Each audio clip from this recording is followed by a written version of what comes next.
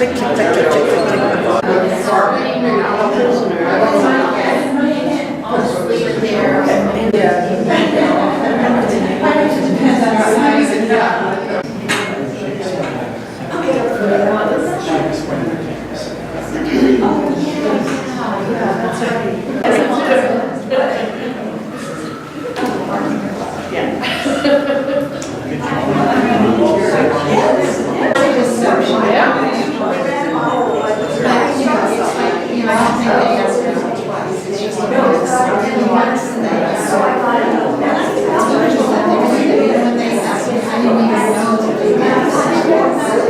Thank you so much, everyone, for coming.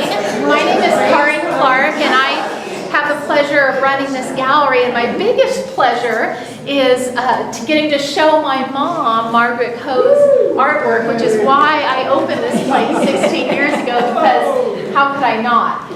So,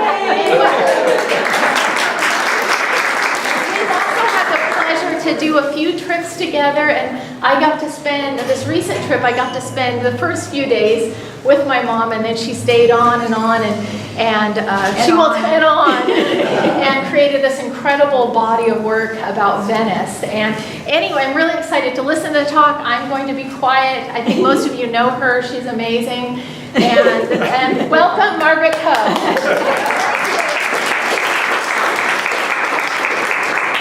Daughter that's amazing. Light of my life. Anyway, thank you, Karen. I thank you all for sharing Venice with me and sharing the joy of painting with me.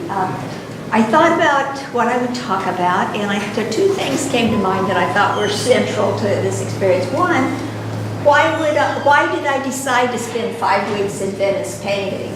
It's not a particularly easy thing to do. Venice is the most expensive place that I've gone to paint. It's the absolute most difficult for getting around, and particularly for finding a place to paint, because as you, the roads are, most of the roads, we'll call them roads, kind of pathways, are very narrow. And if there's a space, if you're not going to walk right in the center and block people, so you're not going to set up to paint right in the middle of the walkway. And if you look for a place that's out of the way, there's going to be a table or a vendor. I mean, it's really, if you've ever been there, there's really no extra spaces in Venice. And so it's very tricky to actually find a place that you can set up to paint. I was lucky on this trip because I had this, the woman that she joined me for the last 3 weeks. Her degree was in engineering, and she just got into, after her career, she got into painting, and so she just can't help herself. Is that she just thinks about the whole, when she goes someplace, she reads the map, she gets oriented. She starts planning the night before and looking for spaces around churches or certain places where there's a piazza of any size where there actually would be a place that you could set up. Then she looks to see if you're going to get this afternoon sun on that side of the street or not. And so I really benefited from that, because we always found some place to paint, and we went out to some of the islands that I wanted to go to, particularly Torcello, but which wasn't hard to find a place to paint out on the islands. It's just in the main part of Venice. It's really, really tricky. So I thought it was a reasonable question, why would I spend 5 weeks to do this? And the other question that I wanted to address, which is, I will after we talk about this, is the logistics of how I did it. And that's why I brought along my hobo stuff. Anyway, about the fact is that I had painted, I've always thought of Venice. I've been aware of Venice even from childhood. And I remember hearing about Venice around the same time I was learning about fairy tales. And that Venice always struck me as the most otherworldly city in the Western world. That's still my experience. It's just a real unusual and, of course, historic, and, well, you know, Venice. Venice is Venice. So I won't try to sell you on Venice. I think that's a natural. But then I've always liked to, I always go places to paint because I experience it. If I visit some place and I'm not painting, or at least drawing seriously, I honestly don't experience the place very deeply.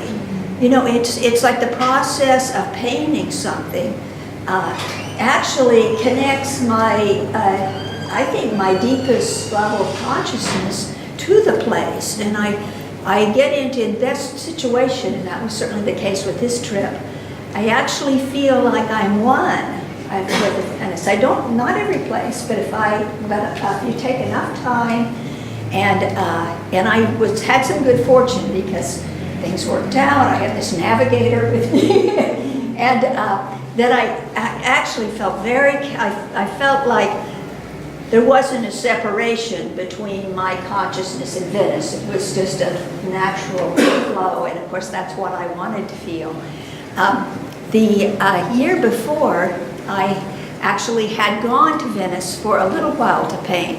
Karen and I had connected with a workshop that went to Lake Como for the first week to paint, and then we were in maybe 5-6 days max in Venice at the end. And that was a pretty, with the group, you don't really get very much done. It's because you need to stay within the parameters of their their scheduling.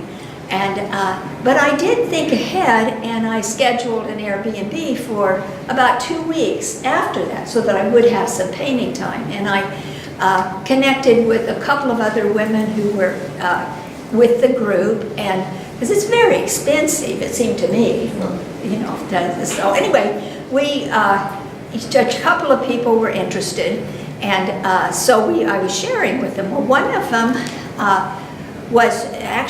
had real difficulty with her knees and walking. And when she saw the Airbnb that I booked, that was 5 or 6 stories up. The reason I booked it is because it had a terrace with an incredible view of Venice. And I look for terraces when I'm doing Airbnbs for painting, because there's days when it's sort of rainy and not so good, but you might have some times if you could just go out on the terrace, you could start a painting. And so I've always liked that. And so anyway, she ended up having to get a hotel that was really close, but on the first floor. And so let me direct your attention to this painting, and it's called Santa Maria Formosa. That's kind of a romanticized version of the piazza with the church on the end that stood between where I was staying and where she was staying. And so we often would plan to meet and paint together, but we stayed. She didn't want to walk a great deal, and we would go to this piazza and we would paint. A couple of times we painted in this particular place. Other times we walked just a short distance from it and found a place to paint. So my painting experience that year was, and I was also working very small, was kind of like one region, that I was sort of focusing on, and that was very enjoyable, but it felt like I was not getting out of my neighborhood, except the other friend, who's the same one who's an engineer, that was her first trip to Venice, and she was just flying all over the place. She was going on every Vaporetto and going to every island, and it happened to be a biennial year. So she went to every show in the biennial. And so that experience was different for me, because I had a combination of, a lot of times I would go off with a friend and we'd see a show at the biennial or do something. We were always out and about, and we didn't have painting equipment. The other part, I was meeting the other friend, and we were painting very close by, small paintings. So I enjoyed it, but after, it's like I didn't get that much done. And after I started thinking about it when I got back home, I felt like I really wanted a more thorough experience painting with it. I thought Venice was way too special of a city to not dig in more deeply and have a more complete experience. So that was nagging on me. I want to go next year, and I don't want to go with the group, and I want to stay for a longer period of time. So that was part of the incentive. And the other thing that is some experiences that go back further about why I thought it was so crucial for me to really have a painted experience of Venice was one experience goes back to like 1988, and I was in New York seeing some art shows, and that year there was a John Singer Sargent show at the Whitney, huge show, all kinds of work, and loved the show. It was, but you saw how varied his work was, and there were these huge galleries of the big formal portraits. And I really enjoyed them because I felt like it's interesting. They were huge, life-size portraits, and people were buying them. And I thought they were very unflattering. And every single case, and of course it was the robber baron era, that's probably why, but I thought that all the men looked like they had high blood pressure. And all the women, they were very elegantly dressed, but in their faces, they looked like the most timid women I'd ever met. You know, and it was an interesting combination. I thought it was interesting psychologically, but I thought, this is out there. Why would you want this to be seen? You know? But anyway, in seeing some of his other works, is that I had noticed there were some 2 or 3 oil paintings he had done of Venice. Now this happened to be, most people who know John Singer Sargent are aware of the beautiful watercolors that he's done of Venice canals, and but I hadn't seen those yet. I saw these oil paintings and I was struck. To me, they were so different from his other painting. And he had chosen, those particular ones that the curator had chosen for this show were street scenes. And so they weren't the light canal, gondolier type scenes at all. They would be these street scenes with, where there's lots of light on the outside, but there'd be this opening for this narrow street between these, you know, the part that's getting the light would be very dark inside. And the main focus, the main drama, would be the figures inside this little dark panel. So you got this painting, this one section is this dark, very narrow street, and you're drawn to the action of this in the street. And for the most of what I really remembered about it, because I actually haven't seen reproductions of the paintings that I've seen, but what I recall is I don't know if it was both cases or it's just one, but there was a woman just on the edge of the street. She's a little bit in the light, mostly in the dark. And so Sargent had made this dramatic contrast between dark and light. So you have her in the shade and it's exaggerated, you know, and then some part of her white collar or something would be picked up by the light and it's just boom, you know. And I thought, of course it was a wonderful painting, a couple of paintings, but the thing that stayed with me all these years was that I thought, you know, great painter, John Singer Sargent, one of my favorite painters, when he went to Venice, he had to reinvent himself. Is that he had to, he thought that, you know, the subject was so intriguing that he had to see his own thing about it that matched his own painting interests and kind of push his painting style in order to capture it. So it always struck me, I admired that this great painter, you know, kind of pushed himself to, you know, to express this particular place. Then, so in the, I can't remember what year, but in the early 2000s, I was going to France every spring to paint. And in one of the museums, I happened to see this a book that's turned out to be one of the favorite coffee table books for me. And and it's Turner's Venice watercolors. And it's a whole book, all Venice, all the time. You know, it's and they're very well. If you know Turner's watercolors, of course, actually, when you look at this, there's some watercolors in this book and other books that are very, very refined. You know, such things that you think oil paintings. But this book is mostly about those really light touch. Just a little bit of the right color on, and then enough of the graphic image that it's all about light and how color defines a space.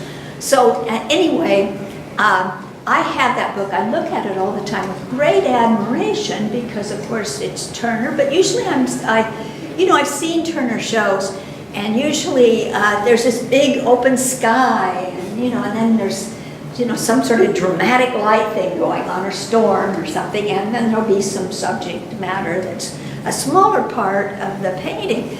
But these architectures, they're watercolors, and the architecture's filling the place, and there's just some slabs or dashes of washes that are enhancing it, but it's a light touch, but his ability to draw was so incredible that they look very accurate, but they're very light touch. Well, the point that I'd want to make about those, why I've had this book and I've looked at it over and over, is that they struck me as something different from any Turners I had seen. Like, he obviously loved Venice and went there, probably stayed somewhere pretty nice because some of them were a view from windows and they were just really important architecture, right out his windows. But it's like he responded to Venice. He had all this ability, but he did something special for Venice. So anyway, I've kept these experiences have stayed in my mind, and I thought, I want to just experience Venice in a way where it's like, I want to have my Venice, my experience. And so and I'm not getting any younger, so I just thought, I better, and this is too expensive, but I decided to do this 5-week trip for that reason. I wanted enough time to have my own experience of Venice because I really do feel like it's one of the great places in the world for painters to go, and that it's a crime to give it short shrift if you're going to spend any time at all. So that's my reasoning for going, and then plus I had gone for a shorter period of time the year before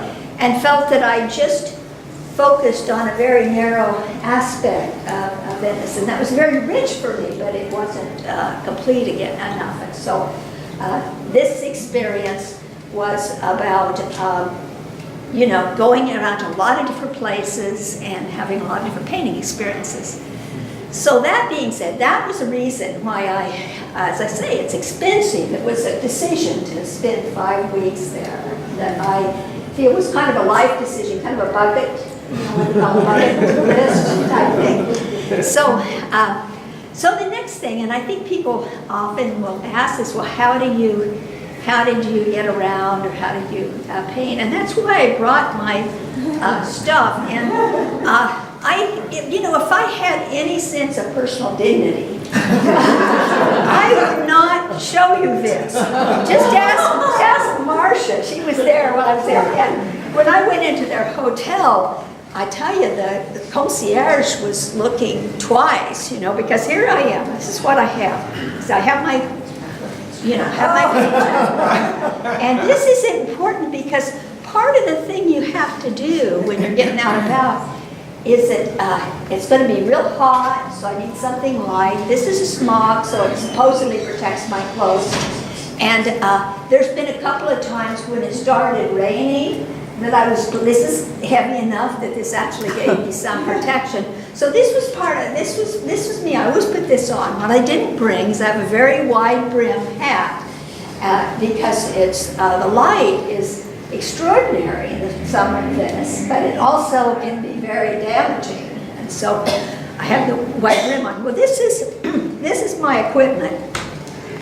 And again, I'm aware that this isn't a very sophisticated looking bunch of stuff. So I was thinking about, I've painted places and when I was in France, I always had a car, so you could always put the painting in the car. But here, I put this together. It's very granny,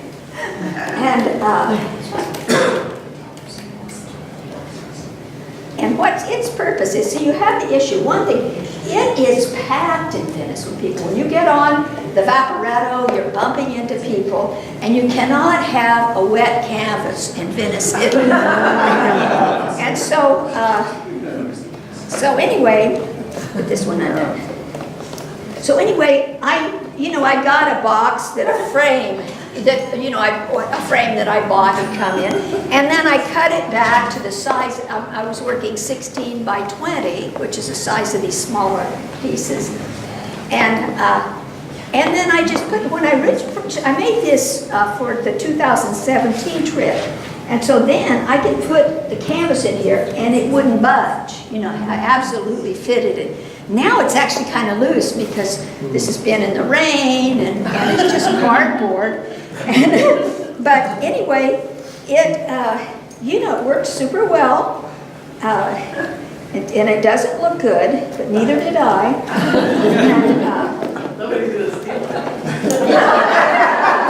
That's right. That's right. So anyway, that's the solution for carrying a wet painting.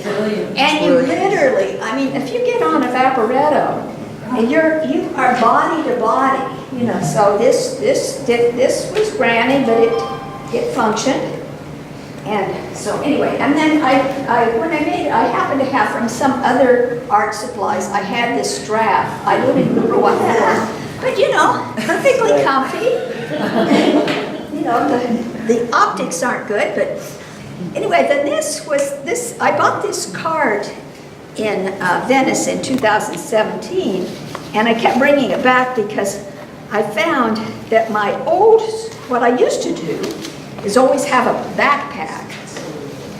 And then I found in 2017, I found out right away that going up and over the canals, and again, it's crowded and it's not easy, that the backpack was just a little unsteady. So anyway, here's my backpack.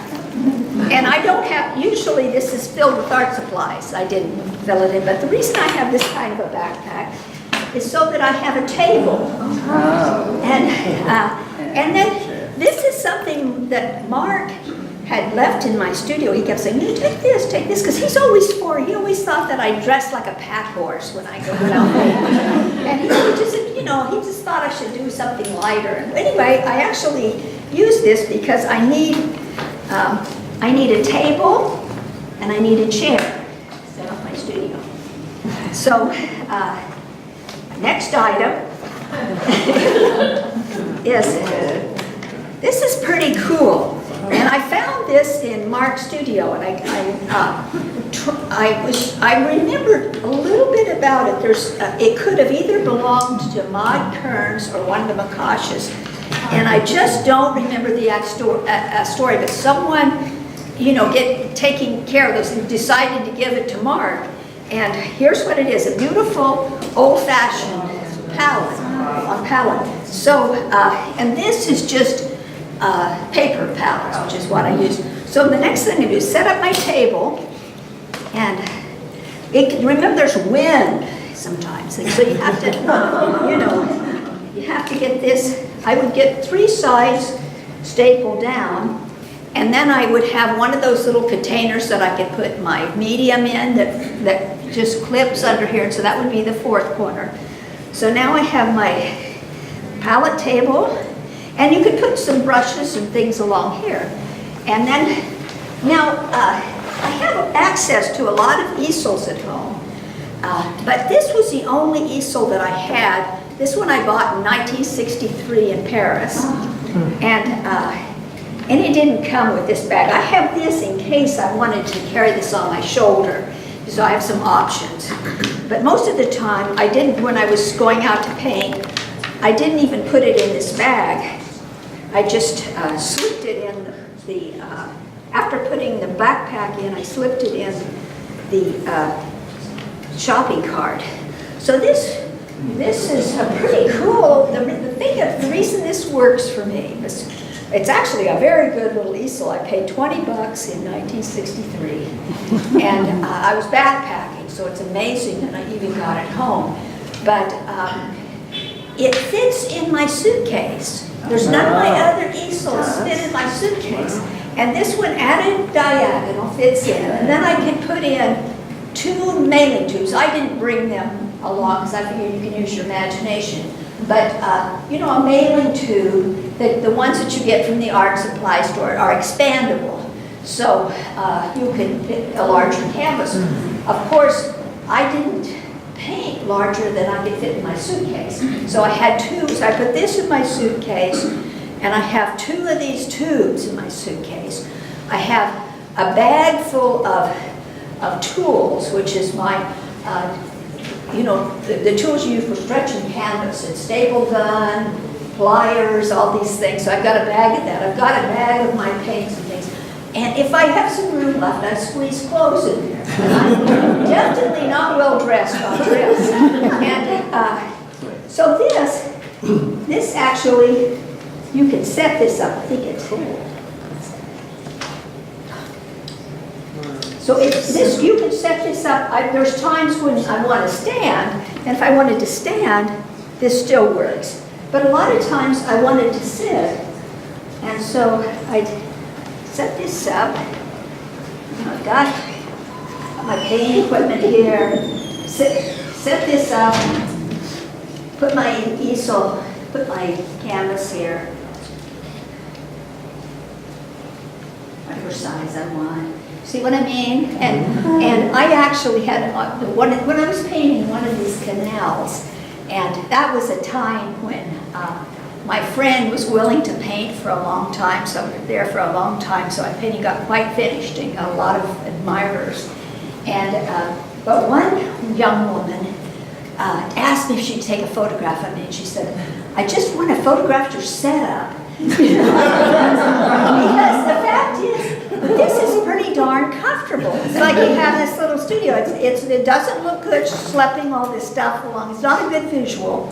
But when you set up, you feel like you're at home. You got your little studio set up in this tiny corner by the canal or something. So anyway, and then this turned out to be crucial because even with this, it's not easy to get up and down. No. You know. Is that this, in fact, this year I had noticed that there were some with wheels about this big, and I was tempted to buy that. That one sold before I bought it, and I wasn't sure I should invest in another one. But that's not really easy, but it's doable. And so that was, and the wet paintings, by the time you are packing, the day you're going to go, the night before, most of the things are mostly dry, so I took everything off the stretcher bars, left the stretcher bars, in the Airbnb, and then just put the paintings, it's like face down, so that the painting, where there might be a few places that are wet, they're against the back of the other painting, so they're not contributing to the image of the other painting. And then I roll them up, and I found if I have 2 mailing tubes, I can roll up as many canvases as I get done in that period of time. So, or get, mostly done. So anyway, a lot of people have asked me how you do it, so I thought it would be fun for this talk to show you this setup.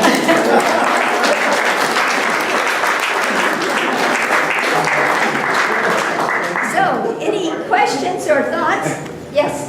I would presume that the wheels still had a little tackiness when you rolled them up. What did you do to preserve them when you... Well, usually it was just a matter of, I'll put mostly, for the most part, I am using liquid, which has a dryer in it. And that doesn't dry it overnight, if there's places that are fairly thick. But I don't really roll them up. They've got, the early ones have 5 weeks to dry, because I'm only rolling them up. Before I'm going on the airplane. So that's kind of that. And then this the last day before we were going to leave in the morning, I was staying home. I was staying at the Airbnb, And I had most things sort of figured out, but it happened to be a kind of a stormy day. I don't mean a stormy day like in, you know, the Highlands of Scotland or something, but the skies are incredible in Venice when their storm is coming. And so the painting that's Hans in front of, that painting, step by side, is that I thought, I really want to paint. You know, I have this terrace and I'm leaving the next day. So what I chose to do is that I used only burnt sienna and a little bit of yellow ochre, a tiny bit of blue, and liquid, and I did not use any white. White dries slowly. So I just used this as a transparent, and I did this painting. What I did is I just blocked in all of the architecture. It's just like, and I more than just blocked it in. I kind of, you know, changed, made it lighter or darker according, but I didn't try to develop any of the buildings other than placing them in the composition. And then I think I had stained, prior to that, I had stained the sky kind of a yellow ochre type color, but with liquid, so it was pretty. By the time I got to the sky, it was sort of dry, maybe a little tacky. And then I took the risk. I used white, and I painted the sky out on location, and just took the risk on it, you know, because I knew that the buildings that I'd done would be dry for sure by the next, you know, when I'd be packing that evening. But this, I just thought, you know, and mostly it, you know, I wasn't using thick enough that it mostly dried by the time, but not entirely, but the little bits of paint that had to be added were minimal. But there's, at least for me, there's no way on earth I can get the spirit of a sky from a photograph or memory to the degree that I can while it's all changing. It's like the forms are changing and you are painting one form and the next time you look up it's different. But I swear you get the spirit of it. So when I came home I had this, I thought, really interesting sky with just these blocked in shapes, but I'd taken photographs and I could use photo reference for filling in the shapes. So in that case, I usually don't try to paint the day before I'm leaving in the morning because of the logistics of it being too sticky. But this time, you know, I rolled it up and there was a little, you know, a little bit of the paint went on the back side of the canvas, but not much. But it's liquid and not painting. I painted thick on paintings that I'm working on early on. You know, but the last day I was very conscious that I didn't want that. Anyway. I have a question Yes. about the painting adjacent with the enigmatic title, A Refined Quandary and Encounter with Death. It's Bargain with Death. Bargain with Death. Okay. Well, now this painting, I started after all of these 4 large paintings. I started in my studio after the 2017 trip.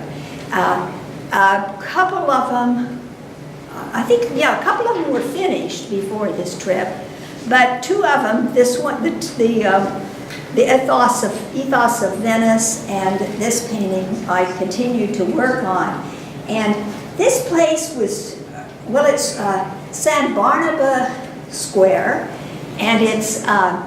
And it just meant a lot to me because I remembered that's when Karin and I went there for probably a week and a half or 10 days or something like that in 2002. That was one of the places we went in Italy. And we stayed at a convent, and so I guess it was in the Academia area. And we had actually painted on this, you know, we had painted from almost the same view that I did this painting because I remembered the particular tower in the distance, and Karin remembered it too. And so that would just ring a bell, and so I had started a painting on that, and it actually has more information than a photograph, at least my kind of photographs give, so I had to expand it to fit it in. And I just you know, was painting that and not thinking necessarily about that theme, the title at all. I was just painting the painting, and I just knew it was really loaded with meaning for me. Is that you in the lower right-hand? It corner? is. And then there's also a skeleton inside there. And that was based on when, I guess it was 2017 or the year before, when we actually saw Vesuvius, saw those ruins, and there were skeletons, and I took some of those photographs. Anyway, at some point, I felt this painting was so particular about a scene, but it really felt like it needed something going on in the painting. And I had first decided, it kind of occurred to me to take one of my photographs that someone had taken of me painting, and I would be painting there. And then next to the skeleton, walking toward me, is a photograph of Karen, and I took of her walking toward me, oddly in the same area. And I was just, you get to thinking a lot when you're doing these studio paintings and fantasizing.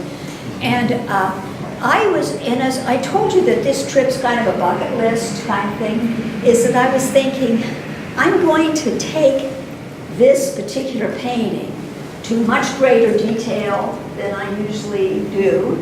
And so there's where the refinement comes in.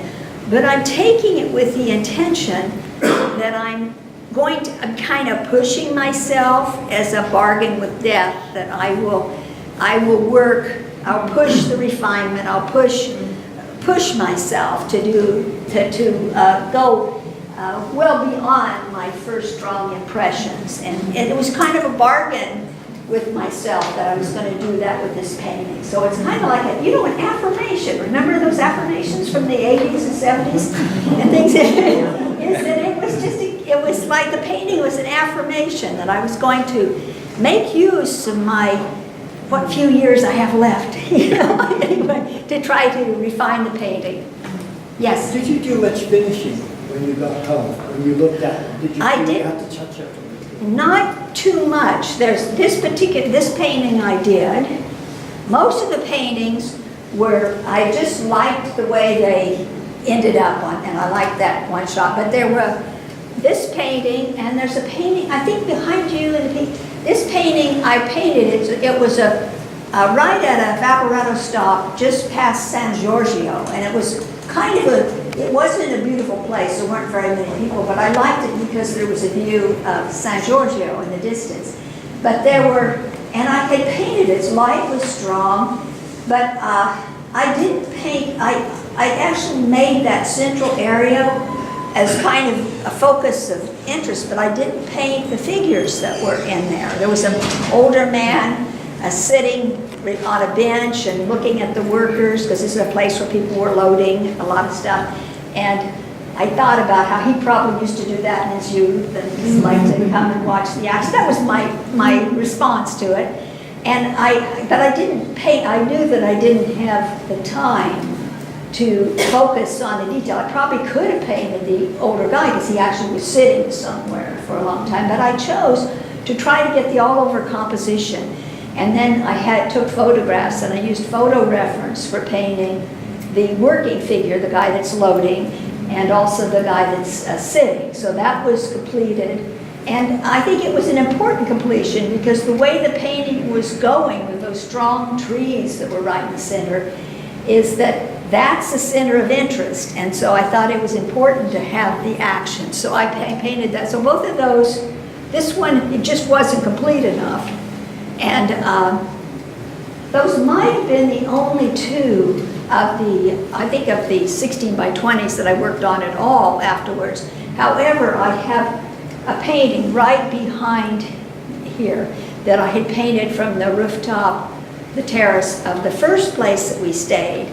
And it was a crazy painting because the first time I painted it with all these buildings, and I thought, well, this is looking good. And then I just thought, I don't like this painting because I had painted, the light was hit, it was a building on the right, and the light was hitting it really strong, made it really white, but the center of interest was actually further down through these buildings where you could see a square where people were walking along, and there's some, So anyway, I thought, I don't have my values enhancing the story. So I had blocked it out, painted a different layer a couple of different times while I was there, standing on the terrace several different days. But when I got home, I still wanted to work on it. So anyway, that one I worked on quite a bit. And I think that's all that I had to work on. Yes. Oh, I should ask, I'll ask you next. Yes. So, you used a different kind of canvas this time, Right. Did you talk about that already? I did talk about it, but was that your That was question? my question, linen versus Oh. cotton. Thank you. Well, it was, I told you, this is bucket list, going to spend 5 weeks in Venice. And I made the decision, I was remembering that a couple of times, it was one of my trips to Italy, I had bought canvas that was already stretched there, and I thought this is a much finer grade canvas than I usually use. And so I decided to get to my catalogs and search out really fine portrait grade canvas.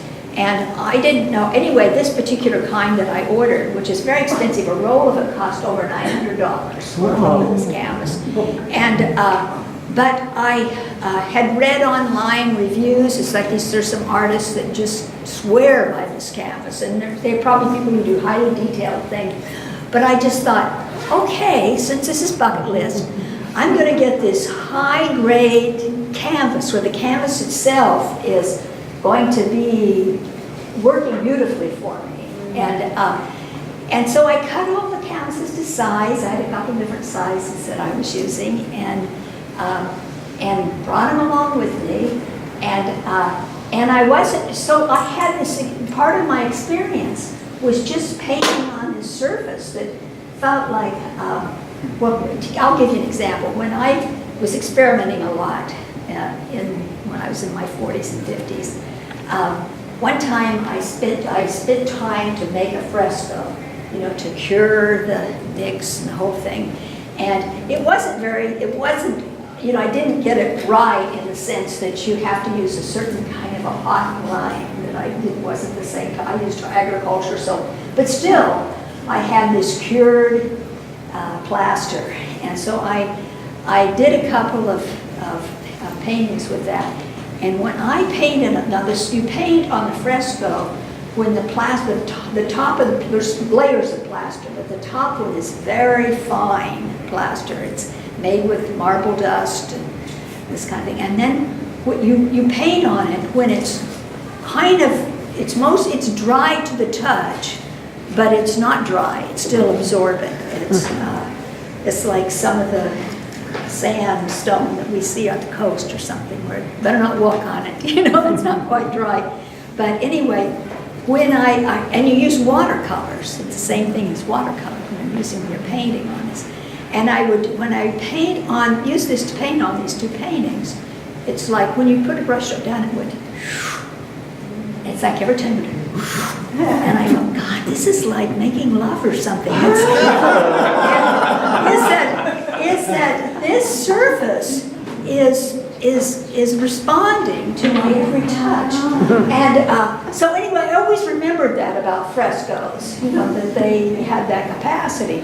And certain watercolor papers are a little like that, but not as much. So anyway, I'm not saying that this competes with fresco in terms of that, but there's a little of that, is that it's felt very responsive to everything you did. And that was I was just giving it a try. I spent the money, and it was beautiful for me. You were making an offering to your own muse to use the finest, and you were bringing, this is one of your last trips. I mean, it's probably your last trip to Venice, maybe not, but so you were stretching yourself to your utmost and using all the skills of a lifetime, and of course, you made this offering of getting the finest paper, and you got rewarded. Yeah, it was part of the discovery. Anyway, was there another question? Yes. If this is not specifically this, you are clearly a family of painters. Yes. How long have you been, when did you start painting? Are you self-taught? No. Where were you schooled? Okay, yes, I went, well, I grew up in Kansas, but I moved to Oregon, to Salem, Oregon in time to go to junior high and high school. So right out of high school, I went to the University of Oregon because it was the liberal arts school of the choices of state schools. And so anyway, I signed up as a painting major. You know, I didn't even know what I was going to major in, but you had to just declare a major, and that was the thing I was most interested in. It was about my sophomore year when my dad caught on that I was, you know, he wasn't paying a lot of attention. Actually, he was involved with some other people, but when he caught on that I was spending my money on getting a painting degree, he insisted that I get a teaching. So anyway, at that point, I switched over to art education. Unfortunately, it was pretty open in those days, so that instead of taking all kinds of crafts and things, I could keep taking painting. But I actually got my bachelor's degree in art education, which pleased him. But I spent one experience teaching in public schools. It was when I was taking some postgraduate classes at the university, and then someone had quit teaching for North Eugene High School and was going to stop teaching and took some other job come Christmas. So he was actually looking at the art department, and they said the art education, well, there's a good you know, art education person, and she's right downstairs painting. And so anyway, they approached me, and I ended up taking that job. And I really am not temperamentally suited for that.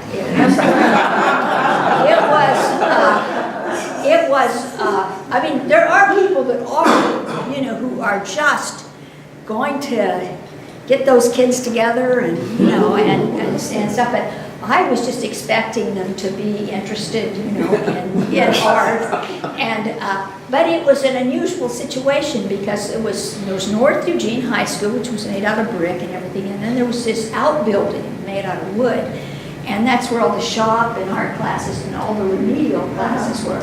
And there were some people there who were in that building all day, and I actually had some pretty rough characters, and I just wasn't suited. It's like it was like near the very end when I was sitting with a bunch of teachers and we're having lunch, and I remember saying, God, I can't believe it, milk's only 7 cents. And they said, that's the student rate. You're beginning, you know, I looked like one of the kids. So that just, you know, that just sort of chilled me for, you know, this is not me. You know, that summer I got married, moved to Eugene, and Mark was still finishing his master's degree, and also working at the museum. But I started, you know, I got invited to teach at Maud Kearns, and I had a great time there.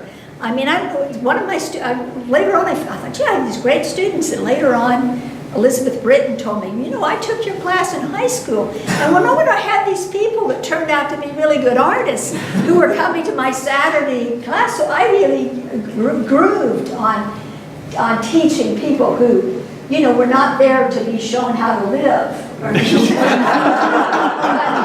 actually were interested in painting. So anyway, I'm probably taking too far, but the fact is that after that, so I had a bachelor's degree. My husband had finished his master's degree right after we were married, and then I continued taking classes, but I also was having the children. So by the time it was in 1976. That was about the time Karen was going to first grade. She was the youngest. That I, you know, went to graduate school, and so I got my master's in fine arts. Yes. It's on your last trip to Scotland, Margaret. Yes, hi. You did a lot of detailed drawings. Yes. Are you going to continue with those drawings and develop them into paintings, or what's your strategy? By the way, it's nice to see you. It's nice to see you. That was again something special. I don't want to veer too far off, but I don't know, but I had, on this particular trip, I knew this was not an artist trip. You had to squeeze in times to draw, that I just brought drawing materials. And I had a prayer to myself that I have a new experience, and I just love to draw. Found I just love drawing. And it's just, why would I find that? I've always liked to draw, but this time I got way more detailed than I would ordinarily have drawn. So anyway, I don't know yet. Time will tell. Sorry, I would tell you if I knew. I think maybe we should wrap up the questions. Yes. And people, she'll be around to talk Yes. one-on-one with. I want to let you know there are a limited number of copies of catalogs of this whole collection available, and I bet there would even be the possibility of a signature by the artist. But anyway, let's thank Margaret Poe.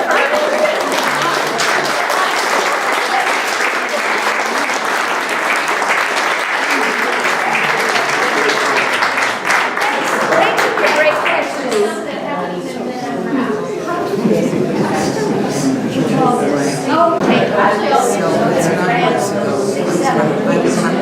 Large names might have.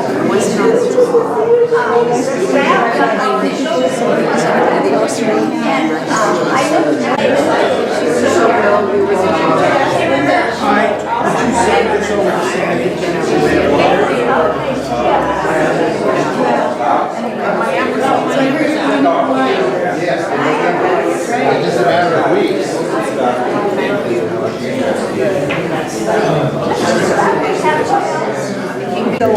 Oh, thank you very much, Laura. Thank you so much.